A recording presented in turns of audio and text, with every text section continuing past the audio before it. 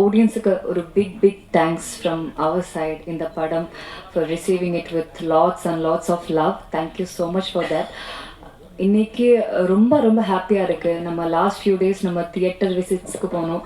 இப்போ அங்கே இருக்கிற ஆடியன்ஸோட ரெஸ்பான்ஸ் பார்த்து, அவர் கை தட்டுறது பார்த்து, அவர் பேர் கத்துறது பார்த்து என்ன ஃபீல் பண்ணுறது தெரியல. ரொம்ப ஓவர்வெல்மிங்காக இருக்குது ஒரு மொமெண்ட்டும். So I just want say thanks to the audience too. அப்புறம் நம்ம எல்லா ஈவெண்ட்டுக்கும் இதுதான் சொன்னது, this film is made with lot and lots of love. And அந்த மாதிரி அதை ஆடியன்ஸும் ரிசீவ் பண்ணிட்டீங்க. And Madhan, thank you so much for giving me Monisha. Thanks a ton. And Abhi and every one is talking about our chemistry and I'm glad that people liked it. And Soundarya ma'am, thank you so much. And Magesh Anna and Kavya, my cast and crew, Sean sir, thank you so much. My cast and crew, it was great working with everyone. And 2 days back தலைவரை பார்த்தோம். அவரை பார்த்து அவர் சொன்ன response, அது it meant a lot to all of us. So that's it. Thanks for receiving our film with love and thank you so much. Firstly, thank you so much. அன்னைக்கு press ஷோக்கு அப்புறம் ஒரு நியூ கமராக இருந்துட்டும் என்னோட பேர் mention பண்ணி அந்த சீனை இவ்வளோ அப்ரிசியேஷனும் சப்போர்ட்டும் கொடுத்துருக்கு. ரொம்ப ரொம்ப thanks. I thank you all from the bottom of my heart. And thank you so much for the support. Anisha character ka the theatre response and general audience response is so overwhelming. And most importantly, our producers Magesh Anna, Soundarya ma'am, thank you so much ma'am. Yesterday meeting Rajnikant sir was so exciting.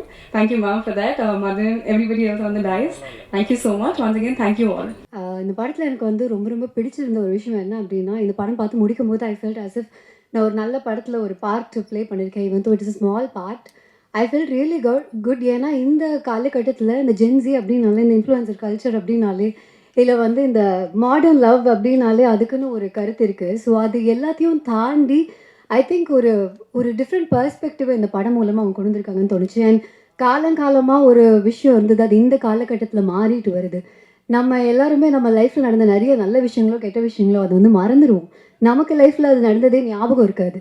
ஆனால் internet எல்லாத்தையுமே ஞாபகம் வச்சுக்கும். ஒரு தப்பு பண்ணால் போதும், அதுக்கப்புறம் எத்தனை வருஷம் கழித்து திரும்பி பார்த்தாலும் அவங்க பண்ண தப்பை பயங்கரமாக ஹைலைட் பண்ணி பார்க்கக்கூடிய ஒரு காலகட்டத்தில் நம்ம இருக்கோம். ஸோ ஒரு நபர் அவங்க பண்ண தவறை தாண்டி ஞாபகத்தில் வச்சுக்கிறது அப்படிங்கிறது ரொம்ப கஷ்டமாக இருக்க ஒரு காலகட்டம் தான் இந்த காலகட்டம். ஸோ இந்த படம் அதை ரொம்ப அழகாக கொண்டு போய், அந்த ஹியூமன் நேச்சரை அழகாக கொண்டு போய் சேர்த்தது அப்படிங்கிறது தான் ரொம்ப பிடிச்சிருக்கு.